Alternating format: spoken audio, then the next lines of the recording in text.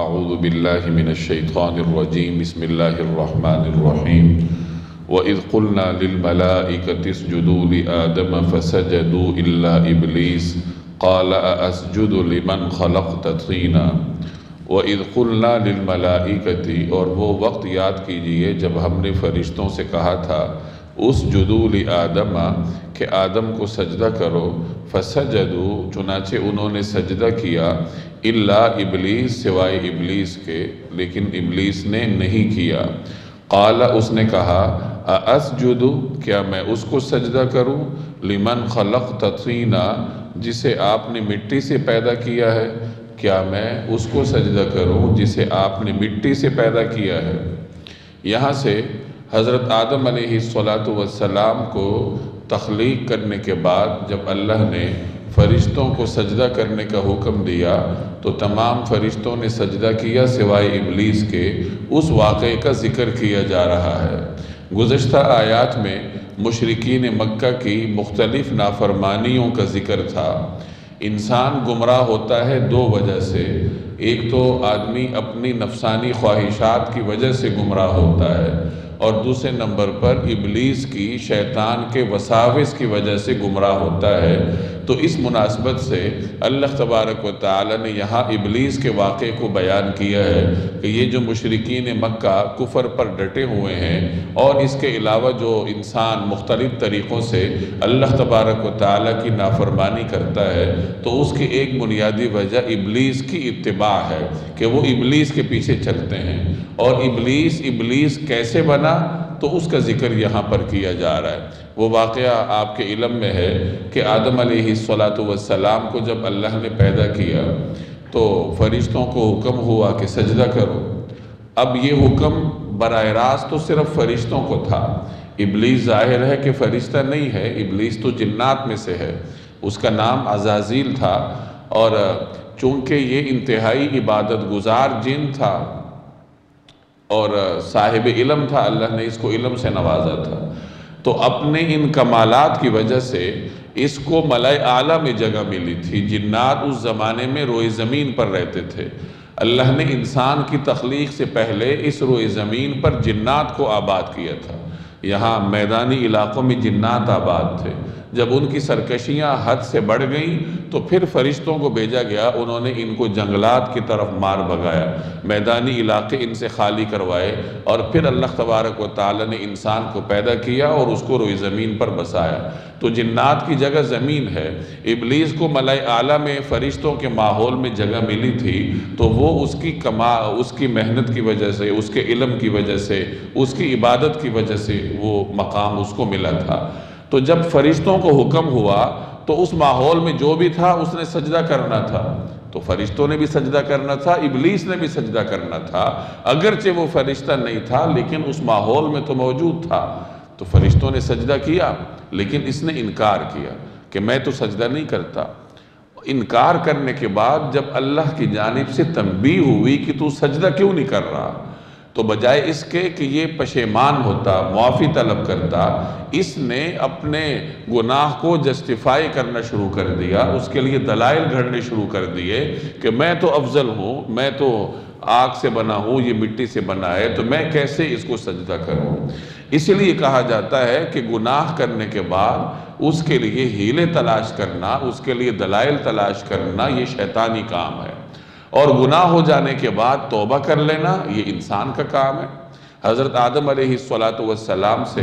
اللہ تبارک و تعالی کا حکم انجانے میں ٹوٹا تھا تو جب انہیں تنبیہ ہوئی تو انہوں نے فوراً توبہ کی ربنا ظلمنا انفسنا وَإِن لَّمْ تَغْفِرْ لَنَا وَتَرْحَمْنَا لَنَكُونَنَّ مِنَ الْخَاسِرِينَ اور ان کی نیک صالح اولاد بھی اسی راستے پر چلتی ہے کہ جب ان سے اللہ کا حکم ٹوٹ جاتا ہے تو جب بھی ان کو تنبیہ ہوتی ہے تو فوراً توبہ کرتے ہیں اور اس کے مقابلے میں ابلیس ہے جو اپنے گناہ پہ ڈٹ گیا تھا جس نے اپنے گناہ کی تعویلیں پیش کرنی شروع کی تو جو آدمی گناہ کرنے کے بعد تعویلیں پیش کرے گا تو وہ ابلیس کا پیروکار ہوتا ہے تو یہاں یہ بتایا جا رہا ہے کہ ابلیس بنا کیوں تھا اس وجہ سے بنا تھا کہ اس نے تکبر کیا آدم علیہ السلام کو سجدہ کرنے سے انکار کیا اللہ کا حکم توڑا اب اس کے بعد سے وہ اللہ کی رحمت سے مایوس ہے، ابلیس ہے۔ ابلیس کا مطلب مایوسی ہے، اللہ کی رحمت سے وہ مایوس ہے، اسے معلوم ہے کہ میں تو ہمیشہ ہمیشہ کے لیے راندہ درگاہ ہوں۔ تو ابلیس کے وساوس کی وجہ سے انسان گمراہ ہوتا ہے، اور اس حد تک گمراہ ہوتا ہے کہ پھر کوئی چیز اس پہ اثر انداز نہیں ہوتی۔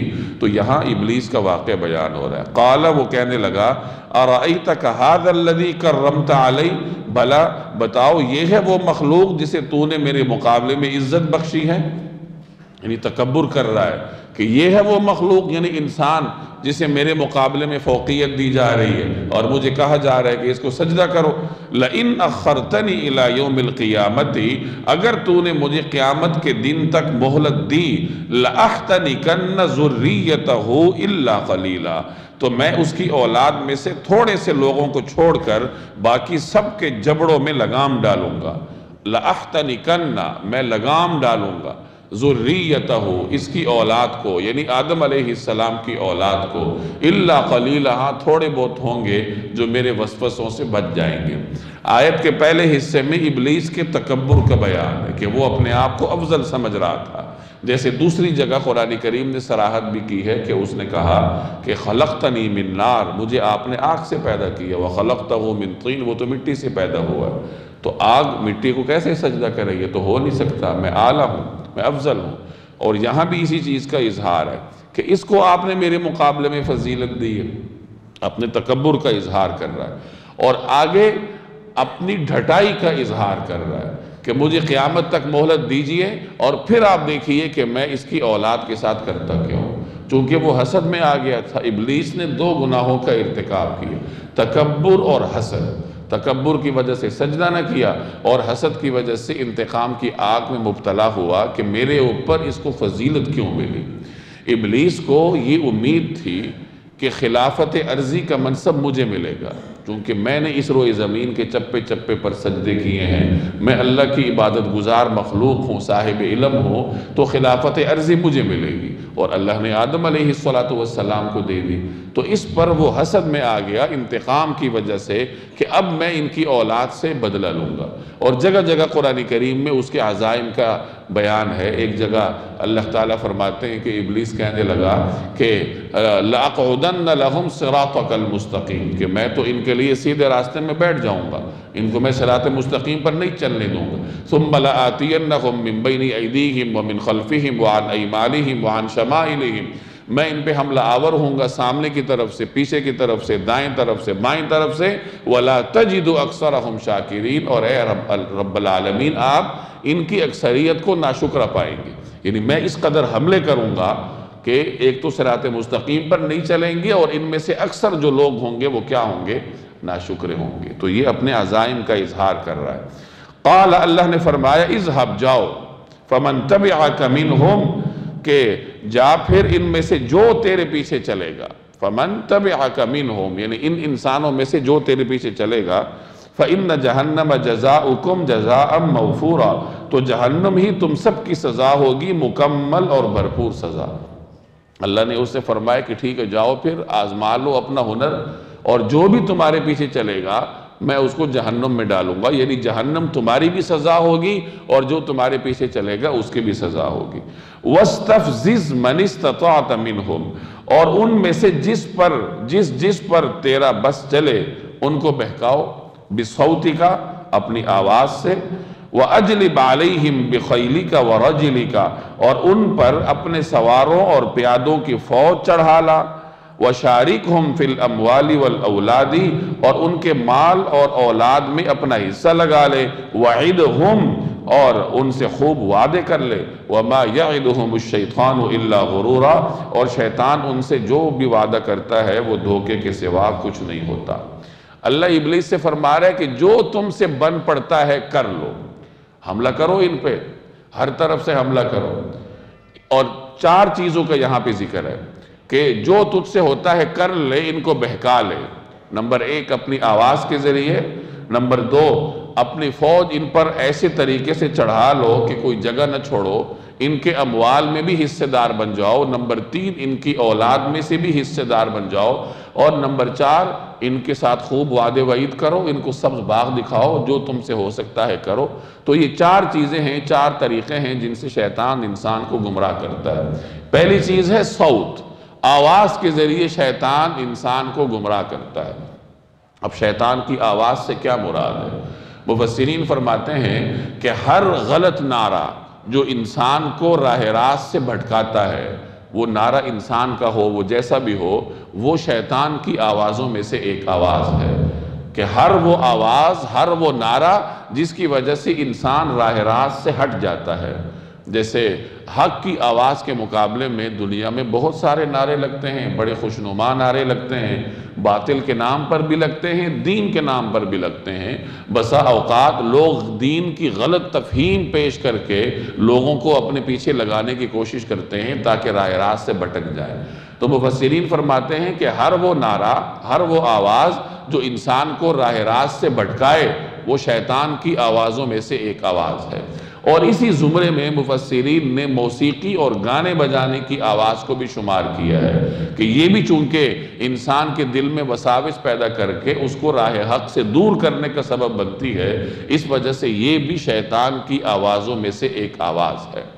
گانا بجانا یہ 2 چیزوں کا مجموعہ ہوتا ہے، ایک شعر و شاعری اور دوسرے نمبر پر آلات طرب، موسیقی کے جو آلات ہیں، اور ان دونوں کی مذمتیں قرآن کریم اور احادیث میں بیان ہوئی ہیں۔ شعر و شاعری کوئی پسندیدہ چیز نہیں ہے۔ قرآن کریم ایک جگہ فرماتا ہے وَالشُّعَرَاءُ يَتَّبِعُهُمُ الْغَاوُونَ کہ جو شعراء ہیں ان کی پیروی تو بس گمراہ لوگ کرتے ہیں۔ أَلَمْ تَرَ أَنَّهُمْ فِي كُلِّ وَادٍ يَهِيمُونَ آپ دیکھتے نہیں کہ وہ مختلف وادیوں میں بھٹکتے پھرتے ہیں۔ اسی طریقے سے ایک روایت میں آتا ہے کہ ابلیس نے اللہ کے حضور یہ درخواست کی کہ آپ نے تو رسول بھی بھیجے، کتابیں بھی بھیجی بندوں کی ہدایت کے لیے، تو میرے لیے کیا ہے؟ یعنی میں کیسے اپنے حربے آزماؤں گا؟ تو اللہ نے اس سے فرمایا کہ تمہارے لیے شعر و شاعری جو ہے، یعنی شعر و شاعری کے ذریعے لوگوں کو گمراہ کرو۔ تو اس وجہ سے شعر و شاعری کو پسندیدہ نگاہ سے نہیں دیکھا گیا۔ ہاں، جو شعر و شاعری لوگوں کو دین کی طرف لانے کا سبب بنے، وہ شعر و شاعری پسندیدہ ہے۔ جیسے حضرت حسان بن ثابت رضی اللہ تعالی عنہ شاعر تھے، نبی کریم صلی اللہ علیہ وسلم کے شاعر ہونے کا اعزاز ان کو حاصل تھا۔ آپ صلی اللہ علیہ وسلم نے ان کا بڑا اکرام فرمایا، ان کے لیے باقاعدہ ممبر بچھایا جاتا تھا، وہ اس پر بیٹھ کر نبی کریم صلی اللہ علیہ وسلم کی تعریف فرماتے تھے، مخالفین کو جواب دیا کرتے تھے۔ اس طریقے سے عبداللہ بن رواحہ رضی اللہ تعالی عنہ یہ بھی شاعر تھے، جناب رسول اللہ صلی اللہ علیہ وسلم کی مدح فرمایا کرتے تھے، یعنی نعت کہا کرتے تھے۔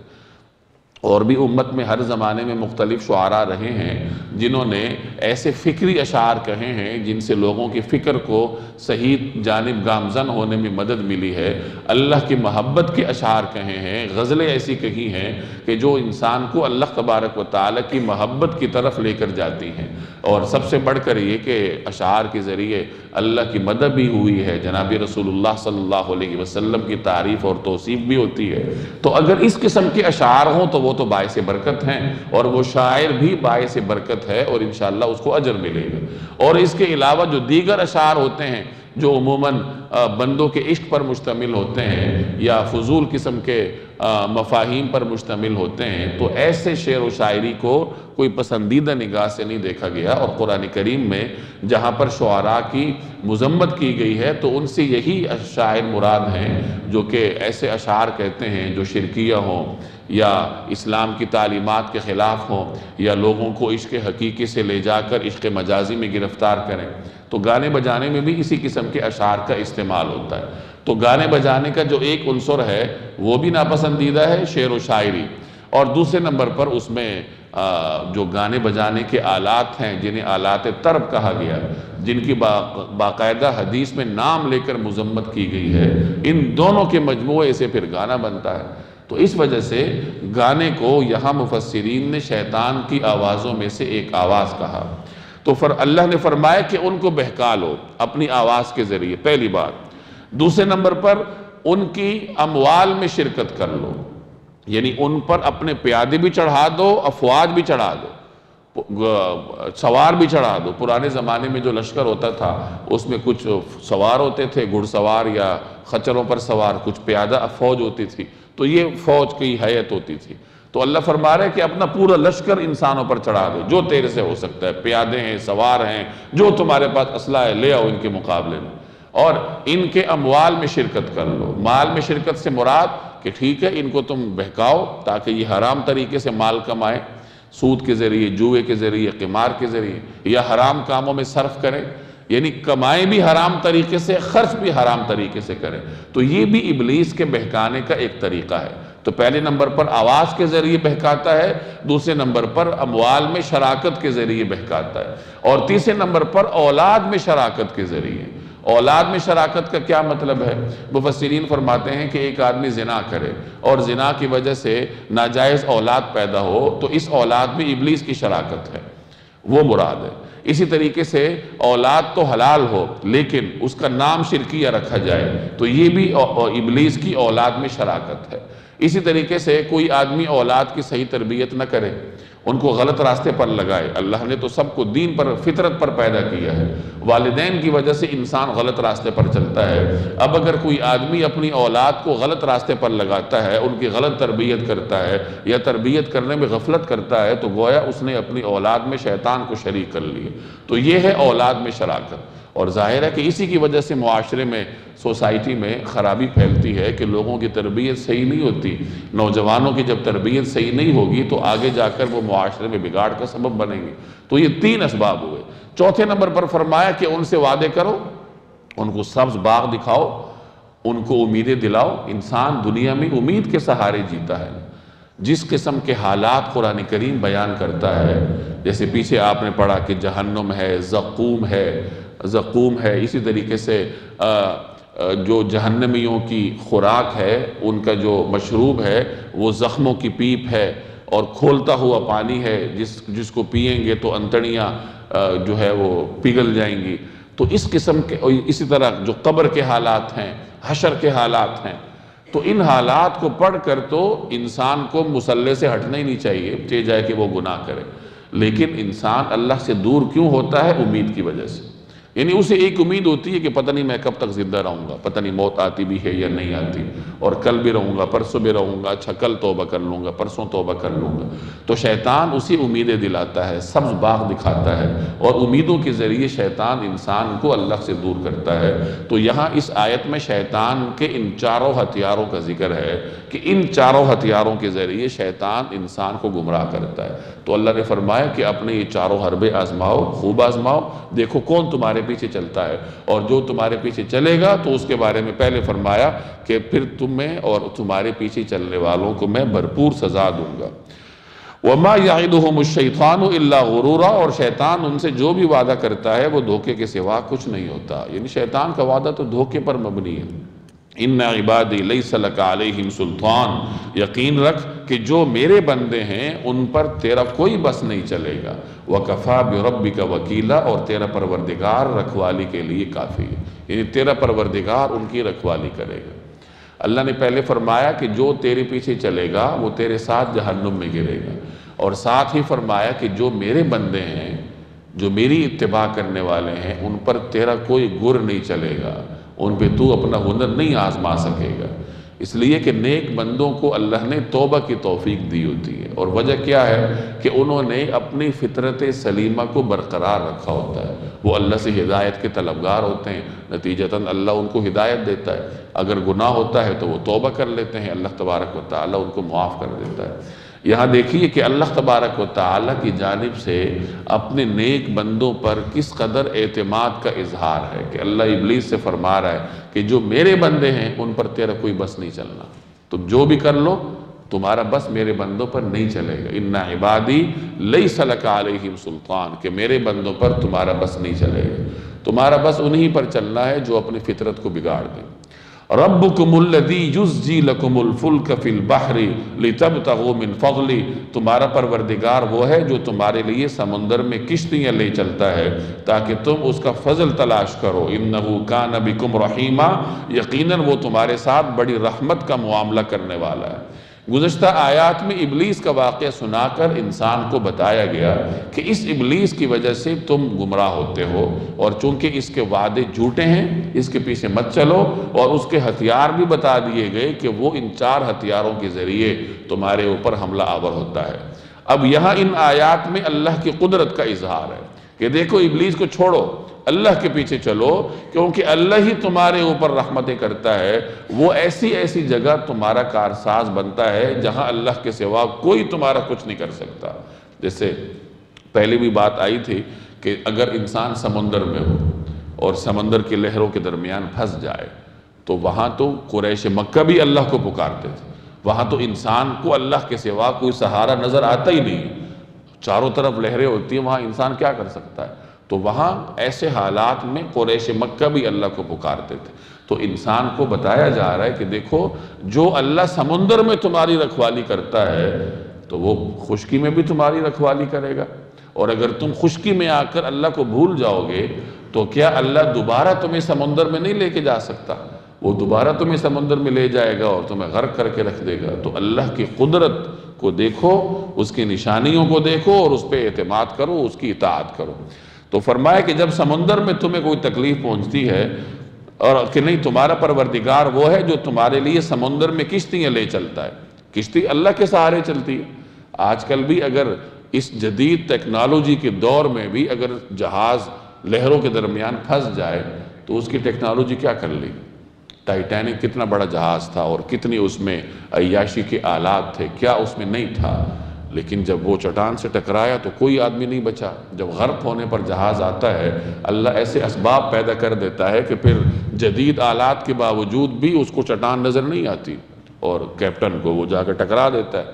یا لہریں جب اس کے سامنے آتی ہیں، اور ایسی لہریں جو کہ ہزاروں ٹن وزنی جہاز کو ایسے اٹھائے پھرتی ہیں جیسے کوئی درخت کا پتا ہو ہوا کی دوش پہ، تو اللہ تبارک و تعالی ہی اپنی قدرت سے جہازوں کو منزل تک پہنچاتا ہے یا کشتیوں کو منزل تک پہنچاتا ہے۔ تو فرمایا کہ تمہارا پروردگار تو وہ ہے جو سمندر میں تمہارے لیے کشتیاں لے کر چلتا ہے تاکہ تم اس کا فضل تلاش کرو۔ فضل سے مراد رزق بھی ہو سکتا ہے، باقی بھی ساری نعمتیں ہیں۔ جیسے انسان منزل مقصود تک پہنچتا ہے تو یہ بھی اللہ کا فضل ہے۔ انسان تجارت کے لیے نکلتا ہے، سمندری راستے سے کتنی بڑی بڑی تجارتیں ہوتی ہیں، تو یہ تمام اللہ کے وہ نعمتیں ہیں جو کہ انسان پر ہیں۔ اِنَّهُ كَانَ بِكُمْ رَحِيمًا، یقیناً وہ تمہارے ساتھ بڑی رحمت کا معاملہ کرنے والا ہے۔ وَإِذَا مَسَّكُمُ الضُّرُّ فِي الْبَحْرِ، اور جب سمندر میں تمہیں کوئی تکلیف پہنچتی ہے، ضَلَّ، تو غائب ہو جاتے ہیں، مَن تَدْعُونَ، وہ سب جن کو تم پکارتے ہو، إِلَّا إِيَّاهُ، بس اللہ ہی اللہ رہ جاتا ہے۔ یعنی جب تمہیں سمندر میں کوئی تکلیف پہنچتی ہے تو جن کو تم پکارا کرتے ہو وہ سب غائب ہو جاتے ہیں، بس اللہ ہی اللہ رہ جاتا ہے۔ جیسے میں نے پہلے عرض کیا کہ سمندر میں جب کوئی تکلیف پہنچتی تھی، لہروں کے درمیان پھنستے تھے، طوفان اور بھور میں آتے تھے، تو قریش مکہ جیسے مشرک بھی وہاں سب کچھ چھوڑ کے اللہ کو پکارتے تھے۔ تو اللہ فرما رہا ہے کہ جس اللہ کو تم سمندر میں پکارتے ہو اور وہ تمہاری تکلیف دور کر دیتا ہے تو خشکی میں اس کو کیوں نہیں پکارتے؟ فَلَمَّا نَجَّاكُمْ، پھر جب وہ تمہیں نجات دے دیتا ہے، اِلَى الْبَرِّ، خشکی کی طرف، پھر جب اللہ تمہیں بچا کر خشکی تک پہنچا دیتا ہے، أَعْرَضْتُمْ، تو تم منہ موڑ لیتے ہو، وَكَانَ الْإِنسَانُ كَفُورًا، اور انسان بڑا ہی ناشکرا ہے۔ تکلیف میں پھنستا ہے تو اللہ یاد آتا ہے، اور جب تکلیف سے نکلتا ہے تو بھول جاتا ہے اللہ کو، کتنا ناشکرا ہے۔ آگے اللہ فرما رہا ہے کہ اللہ تم پر دوبارہ وہ تکلیف نہیں لا سکتا، ناشکری کرتے ہوئے یہ کیوں نہیں دیکھتے کہ وہ تکلیف دوبارہ بھی تم پر آ سکتی؟ أَفَأَمِنْتُمْ، تو کیا تمہیں اس بات کا کوئی ڈر نہیں رہا، أَن يَخْسِفَ بِكُمْ جَانِبَ الْبَرِّ، کہ اللہ تمہیں خشکی ہی کے ایک حصے میں دھنسا دے۔ سمندر میں غرق ہونے کے خوف سے تم وہاں اللہ کو پکارتے ہو، تو خشکی پر اللہ کا خوف کیوں نہیں رکھتے؟ کیا اللہ اس بات پر قادر نہیں ہے کہ تمہیں زمین میں ہی دھنسا دے؟ قارون کو دھنسایا تھا، اور کتنے واقعات ہیں کہ اللہ خشکی پر اقوام پر عذاب لا چکا ہے، تو کیا خشکی پر وہ تم پہ عذاب نہیں لا سکتا؟ او یرسل علیکم حاصبا، یا تم پر پتھر برسانے والی آندھی بھیج دے، ثم لا تجد لکم وکیلا، اور پھر تمہیں کوئی اپنا رکھوالا نہ ملے۔ یعنی خشکی پر بھی تمہیں اللہ کا خوف کرنا چاہیے۔ ام امنتم، اور کیا تم اس بات سے بھی بے فکر ہو گئے ہو، ان یعیدکم فیہ تارۃ اخری، کہ وہ تمہیں دوبارہ اسی میں لے جائے؟ یعنی تمہیں سمندر کا خوف ہے نا، تو تم دوبارہ تم اس بات سے کیوں بے فکر ہو گئے ہو کہ اللہ تمہیں دوبارہ سمندر میں لے جائے؟ فَيُرْسِلَ عَلَيْكُمْ قَاصِفًا مِّنَ الرِّيحِ، پھر تم پر ہوا کا ایک طوفان بھیج دے، فَيُغْرِقَكُمْ بِمَا كَفَرْتُمْ، اور پھر تمہاری ناشکری کی سزا میں تمہیں غرق کر ڈالے۔ یعنی تم اس بات سے کیوں بے فکر ہو گئے ہو؟ ثُمَّ لَا تَجِدُ لَكُمْ عَلَيْنَا بِهِ تَبِيعًا، پھر تمہیں کوئی نہ ملے جو اس معاملے میں ہمارا پیچھا کر سکے۔ یعنی پھر ظاہر ہے کہ اللہ تبارک و تعالیٰ سے باز پرس کون کر سکتا ہے؟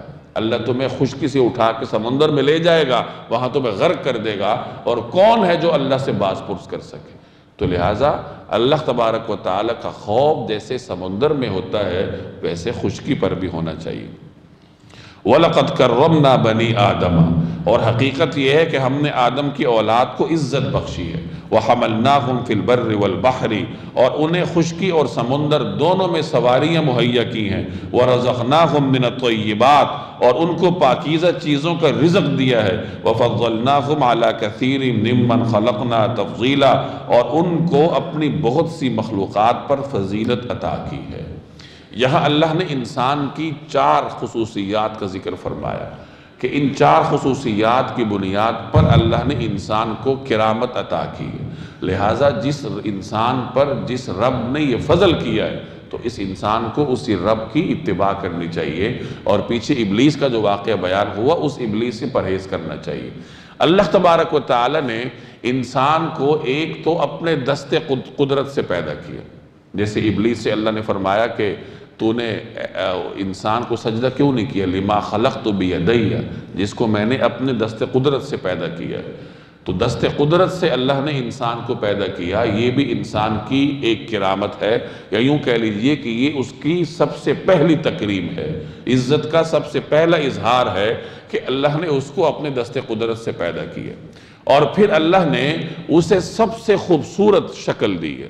لَقَدْ خَلَقْنَا الْإِنسَانَ فِي أَحْسَنِ تَقْوِيمٍ، کہ ہم نے انسان کو سب سے خوبصورت سانچے میں پیدا کیا۔ انسان تمام مخلوقات میں سب سے زیادہ خوبصورت ہے، انسان سے زیادہ خوبصورت کوئی مخلوق نہیں۔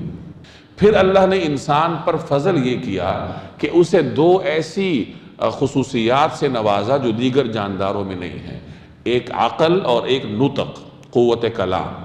عقل اللہ نے انسان کو دی ہے، اور اس طریقے سے دی ہے کہ وہ اچھے اور برے میں تمیز کر سکتا ہے، اللہ تبارک و تعالیٰ کی نشانیوں کو دیکھ سکتا ہے، حق اور باطل میں امتیاز کر سکتا ہے۔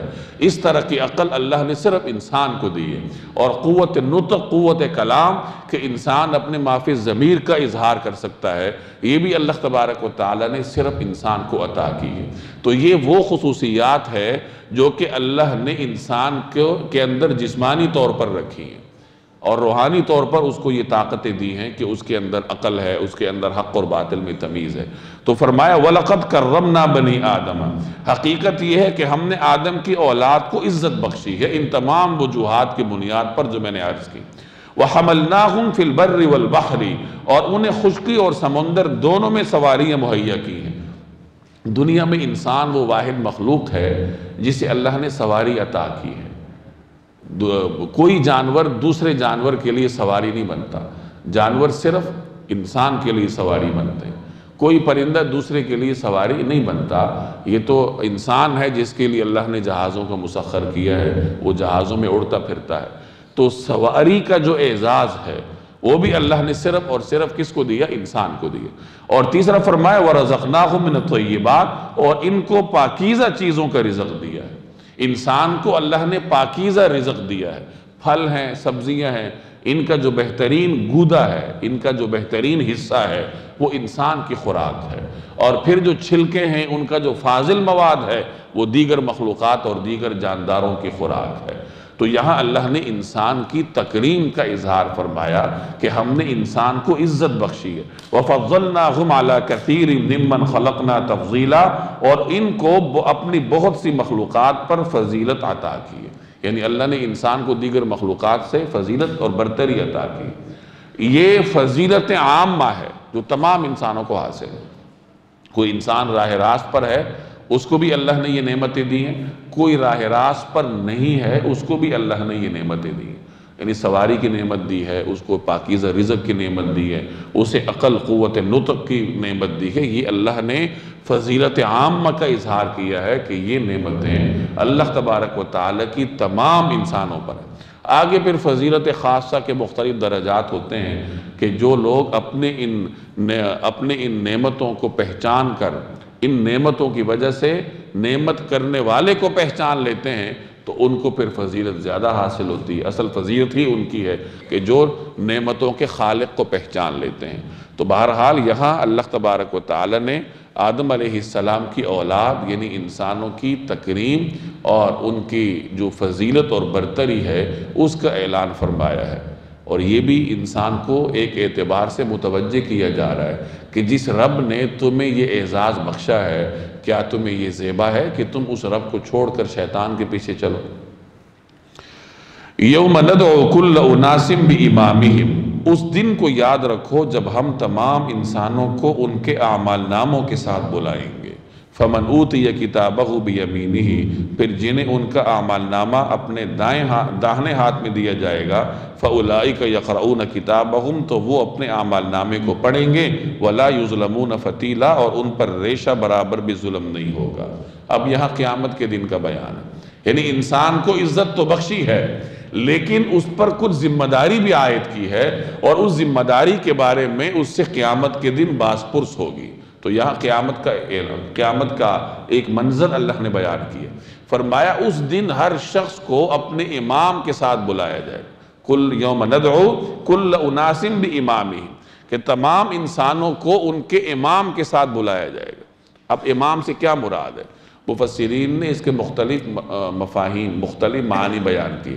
ایک مطلب یہ ہے کہ امام سے مراد اعمال نامے ہیں، جیسے آگے بھی اسی کا تسلسل ہے کہ اعمال ناموں کے ساتھ انسان کو بلایا جائے گا، ہر آدمی اپنے اعمال ناموں کے ساتھ پیش ہوگا۔ چنانچہ روایات میں آتا ہے کہ ایک ہوا اڑے گی اور اس ہوا کے ذریعے اعمال نامے اڑیں گے، لوگوں کو جا کر ملیں گے۔ جو نیک ہوں گے ان کو دائیں طرف سے ملیں گے، جو برے ہوں گے ان کو بائیں طرف سے ملیں گے۔ جو دائیں طرف سے اعمال نامے لینے والے ہوں گے وہ بڑے خوش ہوں گے، لوگوں کو دکھاتے پھریں گے کہ دیکھو یہ میرا اعمال نامہ ہے، اور جن کو بائیں طرف سے ملے گا وہ حسرت کا شکار ہوں گے، چھپتے چھپاتے پھریں گے۔ ایک روایت کا مفہوم ہے کہ ایک شخص ہوگا جس کو دائیں ہاتھ سے اعمال نامہ ملے گا، اللہ تعالیٰ اس کا قد بلند کر دے گا، اس کا چہرہ خوبصورت کر دے گا، وہ اپنا اعمال نامہ لے کر اپنے جیسے لوگوں کے پاس جائے گا اور ان کو کہتا پھرے گا کہ دیکھو یہ ہے میرا اعمال نامہ۔ اور ایک وہ ہوگا جس کو بائیں ہاتھ سے ملے گا، اس کے چہرے پر نحوست چھا جائے گی، وہ اپنے جیسے لوگوں کے پاس جائے گا اور چھپتا پھرے گا۔ یعنی اس طریقے سے جن کو دائیں ہاتھ سے ملے گا وہ خوش ہوں گے، اور جن کو بائیں ہاتھ سے ملے گا وہ پریشان ہوں گے۔ تو ہر شخص کو اپنے اعمال نامے کے ساتھ بلایا جائے گا۔ اور کچھ حضرات فرماتے ہیں کہ اس سے مراد مقتدی بھی ہو سکتا ہے، قائد بھی ہو سکتا ہے، یعنی دنیا میں انسان جس شخص کے پیچھے چلتا ہے، چاہے اس کے زمانے کا ہو یا اس سے پہلے زمانے کا ہو، تو اسی شخص کے ساتھ ہی اس کو قیامت کے دن بلایا جائے گا کہ کہاں گئے فلاں سردار کے پیروکار، کہاں گئے فلاں لیڈر کے پیروکار۔ تو اس طریقے سے ہر انسان اپنے اپنے مقتدی کے ساتھ جائے گا۔ ایسے بھی لوگ ہوں گے کہ جو بتوں کے پجاری ہوں گے، جو سورج کے پجاری ہوں گے، جو مختلف بے جان چیزوں کے پجاری ہوں گے، اللہ تعالیٰ انہیں شکل عطا کرے گا، وہ سامنے کھڑے ہوں گے، پیچھے پوری لائن ہوگی جو ان کے پیروکاروں کے ہوں گے، اسی طریقے سے وہ پوری لائن چلتے چلتے جا کر جہنم میں گر جائے گی۔ تو اس طریقے سے ہر آدمی اپنے مقتدی کے ساتھ پکارا جائے گا۔ اور کچھ حضرات نے اس کا مطلب پیغمبروں سے بیان کیا ہے کہ ہر امام سے مراد پیغمبر ہیں، کہ جو انسان جس پیغمبر کا پیروکار ہے، اس کا سچا امتی ہے، تو اسی کے ساتھ اس کو بھی بلایا جائے گا، اور اس پر بھی اللہ تبارک و تعالی پیغمبر کی اتباع کے طفیل رحمتیں فرمائے گا۔ تو بہرحال خلاصہ یہ نکلا کہ انسان جس کا بھی پیروکار ہو اور جیسے اس کا اعمال نامہ ہو، تو اسی طریقے سے قیامت کے دن اللہ تبارک و تعالی کی بارگاہ میں اس کو پکارا جائے گا اور وہ اس کے پیچھے چل کر آئے گا۔ اس لیے سب سے پہلے تو سنت پر عمل کرنے کی کوشش کرنی چاہیے، اور پھر دنیا میں ان لوگوں کی اتباع کرنی چاہیے ہر میدان میں جو کہ جناب رسول اللہ صلی اللہ علیہ وسلم کے سنت کے پیروکار ہو، چاہے وہ مذہب کا میدان ہو، چاہے وہ سیاست کا میدان ہو، چاہے وہ سماجیات کے کسی شعبے کا میدان ہو۔ اگر کسی کو مقتدا بنانا ہے تو ایسا مقتدا ہو جو کہ رسول اللہ صلی اللہ علیہ وسلم کی سنتوں پر اور آپ کے لائے ہوئے دین پر عمل پیرا ہو، تاکہ کل قیامت والے دن کسی بھی مقتدا کے پیچھے جب انسان کو بلایا جائے تو آدمی کا مقتدا ایسا ہو جو کہ جناب رسول اللہ صلی اللہ علیہ وسلم کا سچا امتی ہو، تاکہ اس کے پیچھے چل کر پھر آدمی جناب رسول اللہ صلی اللہ علیہ وسلم کے پر اللہ کا جو فضل ہے اس کے دائرہ کار میں پہنچ جائے۔ تو فرمایا اس دن کو یاد رکھو جب ہم تمام انسانوں کو ان کے اعمال ناموں کے ساتھ بلائیں گے، پھر جن کو دائیں ہاتھ میں دیا جائے گا وہ تو اپنے اعمال نامے کو پڑھیں گے، خوش ہوں گے، اور ان پر ریشہ برابر بھی ظلم نہیں ہوگا۔ وَمَنْ كَانَ فِي هَذِهِ أَعْمَى، اور جو شخص دنیا میں اندھا بنا رہا فَهُوَ فِي الْآخِرَةِ أَعْمَى، تو وہ آخرت میں بھی اندھا، وَأَضَلُّ سَبِيلًا، بلکہ راستے سے اور زیادہ بھٹکا ہوا رہے گا۔ جو آدمی دنیا میں اندھا رہا، اندھے ہونے سے مراد ظاہری نابینا پن نہیں بلکہ باطنی نابینا پن ہے۔ جس آدمی کا دل اندھا بنا رہا، یعنی جس آدمی کو ہدایت دکھائی نہ دی، جس پر ہدایت نے اثر نہ کیا، جس نے دنیا میں اللہ کے احکامات کی اطاعت نہ کی، تو قیامت کے دن بھی وہ اندھا ہوگا، راہ راست سے دور ہوگا۔ راہ راست سے مراد جنت کا راستہ ہے۔ جو دنیا میں ہدایت کے راستے کو چھوڑے گا تو قیامت کے دن بھی اسی طرح بھٹکا ہوا ہوگا اور جنت کے راستے سے دور رہے گا۔ وَإِن كَادُوا لَيَفْتِنُونَكَ عَنِ الَّذِي أَوْحَيْنَا إِلَيْكَ لِتَفْتَرِيَ عَلَيْنَا غَيْرًا، اور جو وحی ہم نے آپ کے پاس بھیجی ہے یہ لوگ آپ کو فتنے میں ڈال کر اس سے ہٹانے لگے تھے تاکہ آپ اس کی بجائے کوئی اور بات ہمارے نام پر گھڑ کر پیش کر دیں۔ وَإِذًا لَاتَّخَذُوكَ خَلِيلًا، اور اس صورت میں یہ آپ کو اپنا گہرا دوست بنا لیتے۔ وَلَوْلَا أَن ثَبَّتْنَاكَ، اور اگر ہم نے آپ کو ثابت قدم نہ بنایا ہوتا، لَقَدْ كِدْتَ تَرْكَنُ إِلَيْهِمْ شَيْئًا قَلِيلًا، تو آپ بھی ان کی طرف کچھ جھکنے کے قریب جا پہنچتے۔ إِذًا لَأَذَقْنَاكَ ضِعْفَ الْحَيَاةِ وَضِعْفَ الْمَمَاتِ، اور اگر ایسا ہو جاتا تو ہم آپ کو دنیا میں بھی دگنی سزا دیتے اور مرنے کے بعد بھی دگنی۔ ثُمَّ لَا تَجِدُ لَكَ عَلَيْنَا نَصِيرًا، اور پھر آپ کو ہمارے مقابلے میں کوئی مددگار نہ ملتا۔ یہ قرآن کریم کی ایسی آیات ہیں کہ جن میں اللہ تبارک و تعالیٰ کا جلال اپنے پورے عروج پر ہے۔ جناب رسول اللہ صلی اللہ علیہ وسلم کو قریش نے اور کفار نے مختلف طریقوں سے پیشکشیں کی تھی۔ کسی نے آپ سے کہا کہ آپ اس دین کو چھوڑ دیجئے، ہم آپ کے لیے مال و دولت کا انبار کھڑا کر دیتے ہیں۔ کسی نے کہا ہم یہ رشتہ دے دیتے ہیں، کسی نے کہا ہم سرداری دے دیتے ہیں۔ مختلف طریقوں سے پیشکشیں کرتے تھے کہ یہ لے لیجئے وہ لے لیجئے، لیکن کسی طریقے سے یہ جو آپ کی دعوت ہے اس کو چھوڑ دیجئے۔ جس کا جواب آپ صلی اللہ علیہ وسلم نے جناب ابو طالب کی موجودگی میں یوں دیا تھا کہ یہ لوگ میرے دائیں ہاتھ پر سورج اور بائیں ہاتھ پر چاند بھی لا کر رکھ دے تو تب بھی میں اپنے مشن سے ایک قدم پیچھے نہیں ہٹوں گا، یہاں تک کہ اللہ تبارک و تعالی مجھے اپنے پاس بلا لے۔ اسی طریقے سے بسا اوقات آپ سے مختلف قسم کے مطالبے ہوتے، جیسے آپ ایک سال ہمارے معبودوں کی اتباع کریں تو ہم ایک سال آپ کے رب کی اتباع کریں گے، جس کا ذکر سورۃ الکافرون میں ہے۔ قبیلہ ثقیف طائف سے آیا اور اس نے مختلف مطالبے شروع کر دیے کہ ہماری وادی کو حرم کا درجہ دیا جائے جیسے مکہ کو حرم کا درجہ دیا گیا ہے، ہم نماز نہیں پڑھ سکتے، ہماری نماز معاف کر دی جائے، ہم زکوٰۃ نہیں دے سکتے، ہماری زکوٰۃ معاف کی جائے، ہم جہاد میں نہیں جا سکتے، ہمیں چھوٹ دی جائے، ہم اپنے بتوں کو اپنے ہاتھ سے نہیں توڑ سکتے، ہمیں وہاں چھوٹ دی جائے۔ اس طریقے سے مختلف مطالبات ہوتے تھے۔ یعنی یہ تمام وہ مطالبات ہیں جن کا میں نے مختصراً ذکر کیا کہ جن میں قریش مکہ کی یعنی مشرکین کی یہ کوشش ہوتی تھی کہ کسی طریقے سے جناب رسول اللہ صلی اللہ علیہ وسلم کو ان کی دعوت سے باز رکھا جائے یا آپ علیہ الصلوۃ والسلام کی دعوت میں کچھ تبدیلی واقع کر دی جائے۔ لیکن اللہ تبارک و تعالی نے جناب رسول اللہ صلی اللہ علیہ وسلم کو ان تمام مراحل میں ثابت قدم رکھا، جس کا اظہار ان آیات میں ہے وَلَوْلَا أَن ثَبَّتْنَاكَ، کہ اگر ہم نے آپ کو ثابت قدم نہ بنایا ہوتا، یعنی اللہ نے آپ کے لیے ایک تکوینی حفاظتی نظام ایسا بنا رکھا تھا جو کہ پیغمبروں کے لیے ہوتا ہے، اور اس نظام کے ہوتے ہوئے پھر پیغمبر اللہ تبارک و تعالیٰ کے راستے کو چھوڑ نہیں سکتا، یہ یعنی ممکن نہیں ہوتا۔ اس لیے حضرات انبیاء علیہ السلام کو عصمت کا درجہ حاصل ہوتا ہے، یعنی وہ معصوم ہوتے ہیں، اللہ تبارک و تعالیٰ انہیں ہر قسم کی لغزش پر قائم رہنے سے محفوظ رکھتا ہے۔ تو نبی کریم صلی اللہ علیہ وسلم نے ان کی کسی پیشکش کو قبول نہیں فرمایا، اور اپنی دعوت پر برقرار رہے، اپنی دعوت میں ذرہ برابر بھی آپ نے تبدیلی نہیں فرمائی۔ تو یہاں ایک تو اس چیز کا اظہار ہے کہ جناب رسول اللہ صلی اللہ علیہ وسلم اپنی دعوت پر برقرار رہے، اور ساتھ ہی فرض محال کے طور پر یہ فرمایا گیا کہ اگر آپ بھی اپنے مشن سے ہٹ جاتے تو پھر ہم آپ کو دیگر لوگوں کے مقابلے میں دگنی سزا دیتے۔ اس میں نبی کریم صلی اللہ علیہ وسلم کی عظمت کا پہلو اس طور پر ہے کہ دنیا میں بھی یہ ہوتا ہے کہ جو آپ کے جتنا قریب ہے تو اس کو تنبیہ بھی اسی قدر شدت سے کی جاتی ہے۔ تو چونکہ نبی کریم صلی اللہ علیہ وسلم سے بڑھ کر اللہ کے کوئی قریب نہیں تھا، قربتیں اس حد تک تھیں کہ اللہ تبارک و تعالی نے انہی قربتوں کے اعتبار سے پھر تنبیہ بھی سخت فرمائی ہے۔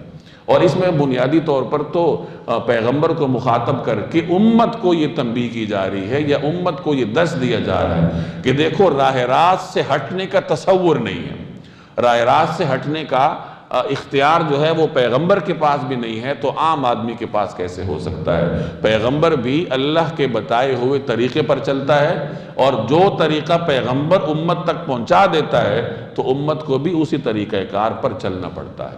مفسرین فرماتے ہیں کہ جب یہ آیات نازل ہوئی تو جناب رسول اللہ صلی اللہ علیہ وسلم نے یہ دعا فرمائی، اللہم لا تکلنی الی نفسی طرفۃ عین، کہ یا اللہ مجھے ایک لمحے کے لیے بھی اپنے نفس کے سپرد نہ فرمائیے، یعنی میری حفاظت فرمائیے ہر ممکن طریقہ، ہر طریقے سے۔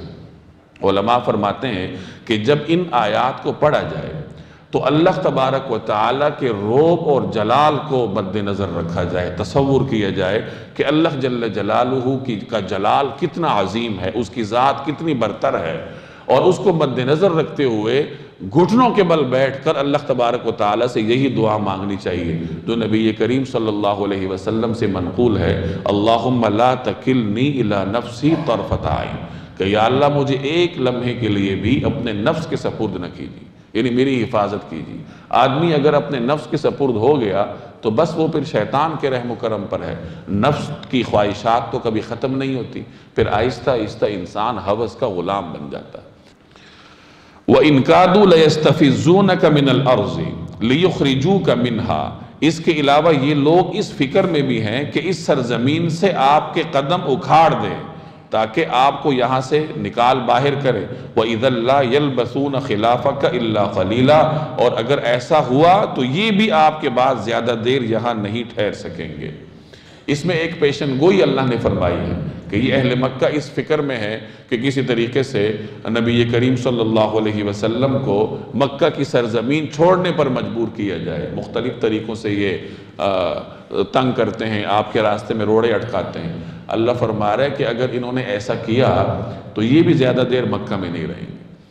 اس میں آپ کی ہجرت کی طرف بھی اشارہ ہے، چنانچہ نبی کریم صلی اللہ علیہ وسلم کی ہجرت ہوئی، اور اس کے بعد 8 سال کے اندر اللہ تبارک و تعالی نے مکہ مکرمہ کی سرزمین مسلمانوں کی دسترس میں دی۔ جناب رسول اللہ صلی اللہ علیہ وسلم فاتحانہ شان سے مکہ مکرمہ میں داخل ہوئے، اور اس کے مزید 1 سال کے بعد مشرکین کو یہاں سے دیس نکالا مل گیا کہ اب کوئی مشرک یہاں پر باقی نہیں رہے گا، جیسے کہ سورہ توبہ میں آپ تفصیل سے پڑھ کر آئے ہیں۔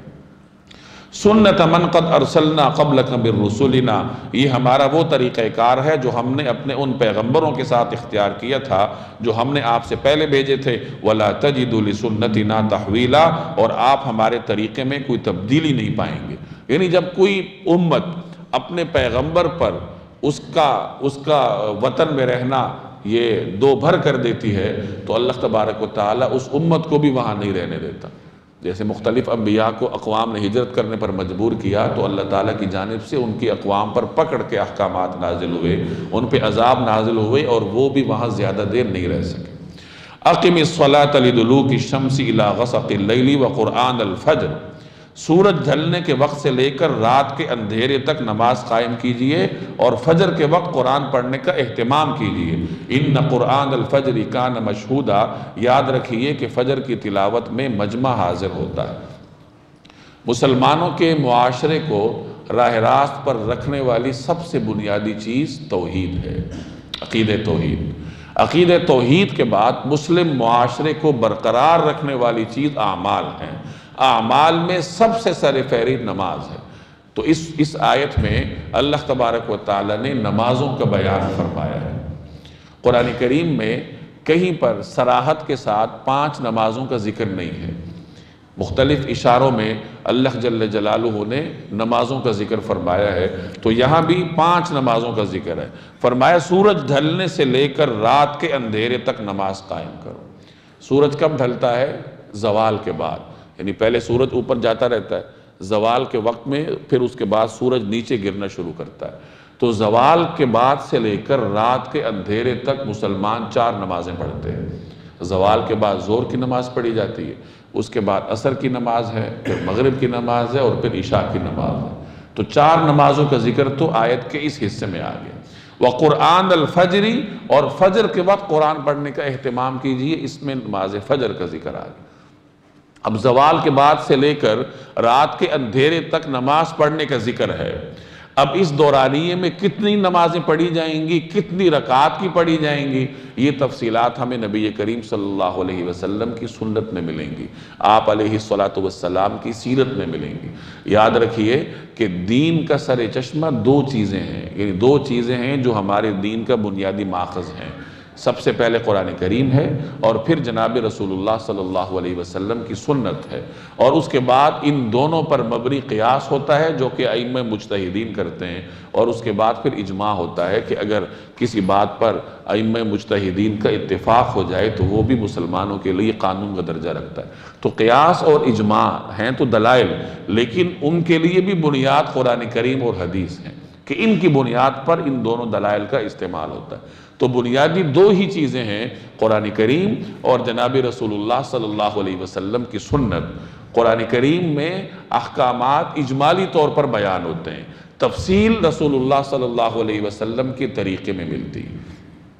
یہاں مفسرین نے ایک روایت نقل کی ہے، حضرت عمران بن حسین رضی اللہ تعالی عنہ صحابی، ان سے ایک مرتبہ کسی نے پوچھا کہ یہ مقام محمود کی جو تشریح آپ شفاعت کبریٰ کے ذریعے کرتے ہیں، یعنی قرآن کریم کی آیت کی تشریح حدیث کے ذریعے کرتے ہیں، تو اس آیت کی تشریح تو آپ قرآن کریم کے خلاف کرتے ہیں، یہ تو قرآن کریم میں نہیں ہے۔ گویا اس نے یہ کہنے کی کوشش کی کہ قرآن کی تشریح آپ حدیث سے کیوں کرتے ہو؟ تو حضرت عمران بن حسین نے اس سے مخاطب ہو کے ارشاد فرمایا تھوڑی ناگواری کے ساتھ کہ یہ بتاؤ کہ تم 5 نمازیں پڑھتے ہو نا، فرائض پڑھتے ہو، یہ رکعتیں پڑھتے ہو، تو تم قرآن کریم میں کہیں دیکھتے ہو یہ تفصیلات کہ فجر کی 2 رکعتیں ہیں، ظہر کی 4 ہیں، عصر کی 4 ہیں، مغرب کی 3 ہیں، عشاء کی 4 ہیں، کہیں دیکھتے ہو قرآن کریم میں؟ نہیں نہ دیکھتے، تم نے ہم سے سیکھا اور ہم نے جناب رسول اللہ صلی اللہ علیہ وسلم سے سیکھا۔ پھر فرمایا کہ تم زکوٰۃ ادا کرتے ہو، تو تفصیل کہیں قرآن کریم میں ہے کہ کتنے فیصد زکوٰۃ ہے، سونے پہ کتنی ہے، چاندی پہ کتنی ہے، جانوروں میں کتنی ہے، بھیڑ بکریوں میں کتنی ہے، اونٹوں میں کتنی ہے، کہیں تفصیل تمہیں ملتی ہے؟ نہیں نہ ملتی، ہم سے سیکھتے ہو اور ہم رسول اللہ صلی اللہ علیہ وسلم سے سیکھتے ہیں۔ تو اس طریقے سے انہوں نے کئی چیزیں گنوائیں کہ دیکھو ان کی تفصیل تمہیں قرآن میں نہیں ملتی، تم ہم سے سیکھتے ہو، اور ہم تمہیں از خود نہیں بتاتے، تو ہم جناب رسول اللہ صلی اللہ علیہ وسلم سے سیکھتے ہیں۔ اس روایت سے وضاحت کے ساتھ انہوں نے یہ بیان فرمایا کہ قرآن کریم میں تمہیں ہر چیز کی تفصیل نہیں ملے گی، بلکہ قرآن کریم جس ذات پر نازل ہوا اس ذات کے عمل کو دیکھنا پڑے گا کہ انہوں نے قرآن کریم پر عمل کیسے کیا۔ جو آدمی بھی اس کا انکار کرتا ہے تو وہ گمراہ ہو جاتا ہے۔ آج بھی بہت سارے لوگ ہیں جو نمازوں کا انکار کرتے ہیں اسی بنا پر کہ کہاں لکھا ہے قرآن کریم میں کہ فجر کی 2 رکعتیں ہیں، ظہر کی 4 رکعتیں ہیں۔ کوئی ایسے بھی فرقے ہیں جو کہ ایک نماز کے قائل ہیں، کہ بس جی قرآن کریم میں تو فجر کا ذکر ہے۔ ایسے بھی ہیں جو 2 یا 3 نمازوں کے قائل ہیں۔ ایسے بھی لوگ دنیا میں ہیں جو کہ سرے سے نماز کو نہیں مانتے، کہتے ہیں کہ یہ ہماری نماز کوئی نماز نہیں ہے، نماز تو وہ ہے جو کہ حکومت اسلامیہ قائم ہوتی ہے، پھر وہ حکم دیتی ہے، پھر نماز ہوتی ہے۔ وہ ہے کہ نماز تو اسی وقت قائم ہوگی جب حکومت حکم دے گی، جب تو حکومت کی طرف سے احکامات نہیں ہیں تو اس وقت تک آدمی اپنے طور پر نماز پڑھتا رہے، وہ تو نماز نہیں ہے، بس وہ تو نماز کی شکل و صورت ہے۔ تو یہ گمراہی کیوں پیدا ہوتی ہے؟ یہ اسی لیے پیدا ہوتی ہے کہ آدمی اس طریقے سے ہٹ جاتا ہے جو کہ امت کے جمہور طبقے کا طریقہ کار ہے، اور وہ کیا ہے کہ پہلے قرآن کریم میں دیکھا جاتا ہے، قرآن کریم میں تفصیل نہیں ملتی تو جناب رسول اللہ صلی اللہ علیہ وسلم کے سنت کو دیکھا جاتا ہے، وہاں بھی نہیں ملتی تو پھر ائمہ مجتہدین کے قیاس کو دیکھا جاتا ہے، اور اس کی سند ہمیں ملتی ہے جناب رسول اللہ صلی اللہ علیہ وسلم کے اس فرمان سے جو آپ نے حضرت معاذ سے مخاطب ہو کے ارشاد فرمایا تھا۔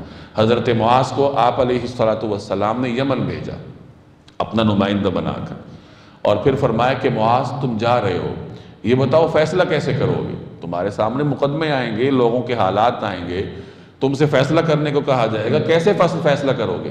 حضرت معاذ نے عرض کیا کہ میں کتاب اللہ کو دیکھوں گا۔ آپ علیہ السلام نے فرمایا کہ اگر کتاب اللہ میں نہ پاؤ تو کیا کرو گے؟ یعنی اس سے معلوم ہوا کہ ایسی بھی چیزیں ہیں جو کتاب اللہ میں نہیں ہیں۔ تو حضور نے فرمایا کتاب اللہ میں اگر تم نہ پاؤ تو کیا کرو گے؟ انہوں نے عرض کیا کہ یا رسول اللہ میں پھر آپ کی سنت میں دیکھوں گا۔ آپ نے فرمایا اگر میری سنت میں بھی نہ پاؤ تو کیا کہو گے، کیا کرو گے؟ انہوں نے فرمایا اجتہد برائیی، پھر میں اپنی رائے سے اجتہاد کروں گا، چونکہ وہ مجتہد تھے، صاحب علم تھے تو وہ اجتہاد فرما سکتے تھے۔ تو حضور علیہ السلام نے ان کے ان جوابات کی تصدیق اور تصویب فرمائی، اور آپ نے فرمایا کہ تمام تعریفیں اس اللہ کے لیے ہیں کہ جس نے اپنے رسول کے رسول کو درست راستہ دکھایا۔ حضرت معاذ حضور کے بھیجے ہوئے تھے نا، قاصد تھے، اور قاصد کو عربی میں رسول کہتے ہیں، کہ جس نے اپنے رسول کے رسول کو درست راستہ دکھایا، یعنی اس طرز عمل کی آپ نے تصدیق فرمائی کہ پہلے کتاب اللہ میں دیکھو وہاں نہ ملے، پھر میری سنت میں دیکھو وہاں نہ ملے، تو پھر جو امام ہے وہ مجتہد ہے، وہ اجتہاد کرے قرآن اور حدیث کی روشنی میں، پھر اپنی ذاتی رائے بتا کر لوگوں کو مطلع کرے کہ دیکھو اس مسئلے کا حل یہ ہے۔ تو بہرحال یہاں بھی اشاروں میں اللہ تبارک و تعالی نے 5 نمازوں کی طرف اشارہ فرمایا کہ سورج ڈھلنے کے وقت سے لے کر رات کے اندھیرے تک نماز قائم کرو۔ اب اس دورانیے میں یہ تو کہا کہ نماز قائم کرو، اب یہ تو نہیں ہو سکتا کہ سورج ڈھلنے سے لے کر رات کے اندھیرے تک آپ مصلی پہ کھڑے رہیں، ظاہر ہے کہ کبھی کھڑے ہوں گے، کبھی ہٹیں گے، اپنے کام پہ جائیں گے، اب کتنی مرتبہ آنا پڑے گا؟ اس کی تفصیل تو یہاں نہیں ہے، اس کی تفصیل کہاں ملے گی؟ نبی کریم صلی اللہ علیہ وسلم کے عمل سے ملے گی اور آپ کی سنت سے ملے گی۔ قرآن الفجر، فجر کے وقت قرآن پڑھنے کا اہتمام کرو، اس سے مراد فجر کی نماز ہے کہ فجر کی نماز کے وقت قرآن پڑھو۔ گویا اس آیت میں 5 نمازوں کا ذکر آ گیا۔ ان قرآن الفجر کان مشہودا، یاد رکھو کہ فجر کی تلاوت میں مجمع حاضر ہوتا ہے۔ مفسرین فرماتے ہیں کہ مجمع حاضر ہونے سے مراد فرشتوں کی حاضری ہے۔ روئے زمین پر جتنے فرشتوں کی ڈیوٹیاں ہوتی ہیں، دن میں بھی اور رات میں بھی، دن کے الگ فرشتے ہیں، رات کے الگ فرشتے ہیں۔ دن کے فرشتے فجر کے وقت اترتے ہیں اور رات والے فجر کے وقت واپس جاتے ہیں، تو فجر کی نماز میں دونوں فرشتوں کا اجتماع ہوتا ہے، جو آ رہے ہوتے ہیں اور جو جا رہے ہوتے ہیں۔ پھر عصر کے وقت دن والے فرشتوں نے جانا ہوتا ہے، رات والے فرشتوں نے آنا ہوتا ہے، اور ان کا اجتماع عصر کی نماز کے وقت ہوتا ہے۔ چنانچہ جو جانے والے فرشتے ہیں وہ جب اللہ کی بارگاہ میں پیش ہوتے ہیں تو اللہ کی بارگاہ سے پوچھا جاتا ہے کہ میرے بندوں کو کس حال میں چھوڑ کر آئے ہو؟ اللہ کو تو معلوم ہے، لیکن پھر بھی اللہ اپنے فرشتوں سے پوچھتا ہے، تو فرشتے عرض کرتے ہیں ہم نے ان کو اس حال میں چھوڑا کہ وہ آپ کی بارگاہ میں سرب سجود تھے، آپ کے لیے قائم تھے، نماز پڑھ رہے تھے۔ تو بہرحال یہاں مراد فجر کی نماز ہے کہ فجر کی تلاوت میں مجمع حاضر ہوتا ہے۔ وَمِنَ اللَّيْلِ فَتَحَجَّدْ بِهِ نَافِلَةً لَكَ، اور رات کے کچھ حصے میں تہجد پڑھا کرو جو کہ آپ کے لیے ایک اضافی عبادت ہے۔ عَسَىٰ أَن يَبْعَثَكَ رَبُّكَ مَقَامًا مَحْمُودًا، امید ہے کہ آپ کا پروردگار آپ کو مقام محمود تک پہنچائے گا۔